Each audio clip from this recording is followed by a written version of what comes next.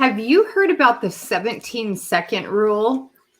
Well, I heard about this rule over 20 years ago, and its power today has just grown in my own life. And I wanted to talk about how we all have the power to direct our thoughts. And so within just a few seconds of focusing your attention on a subject, you can activate the vibration of that subject within you. And immediately the law of attraction, it begins to respond to that activation.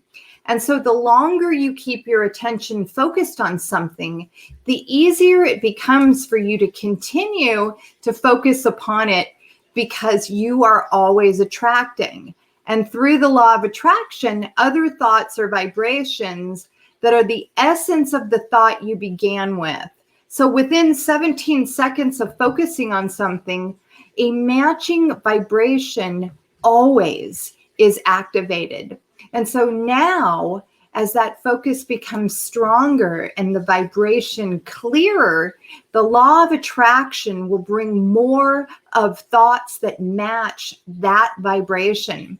And so at this point, that vibration, it doesn't have much attention power at this point. But if you maintain your focus longer, the power of vibration will become further reaching and it will get stronger. And if you manage to stay purely focused upon any thought for as little as 68 seconds, the vibration of that power becomes enough that its manifestation begins. And so the way I like to describe it is you have a thought and you maintain that thought for 17 seconds.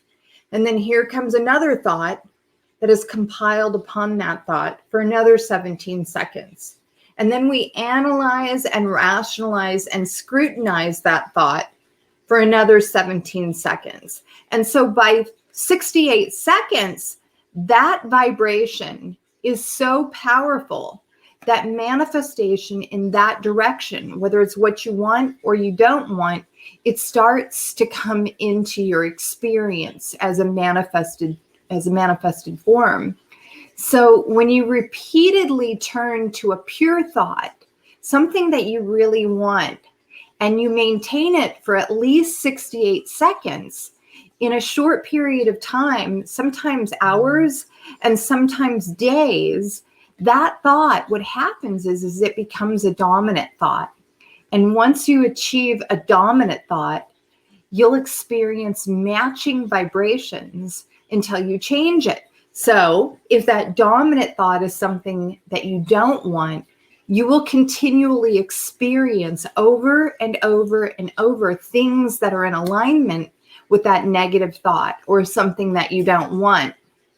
But if it's a dominant thought in the direction of what you do want, every 17 seconds for up to 68 seconds, in a matching vibration, as you hold that thought, that dominant thought, in the desire, in the direction of what you really want, then experiences that are a match to that vibration begin to manifest in your physical experience. So I want you to remember that the thoughts you think, they equal your point of attraction or your point of power. And so you get what you think about, whether you want it or not. Your thoughts are an equal vibration, and it's that vibration that is then answered by the law of attraction.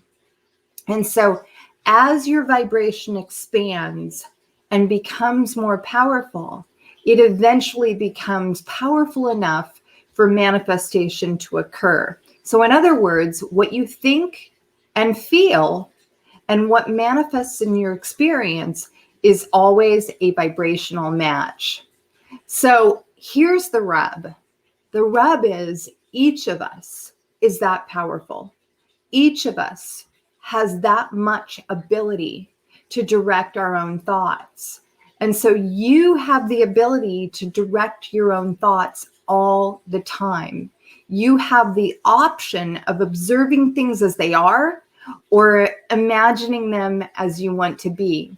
And it's whatever option that you choose, whether you're imagining it or observing it is equally powerful. And so you have the option of remembering something as it actually occurred, like we like to go back to the past, or imagining it as you would prefer. And so we have the option to remember something that pleased us. Like I like to say, milking the joy, milking the memories that pleased us, or remembering the pain, remembering the suffering, remembering all the things that didn't please us. And so each and every one of you has the option of anticipating something you want or anticipating something that you don't want. But in every case, your thoughts produce a vibration within you that equals your point of attraction or your point of power. And this is happening in the moment. That's why we've always heard all of the philosophers that have come to the planet and they've said, live in the moment, be present in the moment. Because in the moment, we're being from a thought vibration. And it's that thought vibration that's growing power and getting bigger and bigger. And so once again, whatever those circumstances are and those events that line up, they're a match vibration to what we have offered. And so you have the ability to place your attention on whatever you decide. So if it's possible to distract yourself from something unwanted and put your attention on something wanted, you have the power to do that. And when a vibration within you is one that you've practiced a great deal, the tendency is to continue to offer the vibration in a way that you've been practicing it, no matter how much you wish it to be different.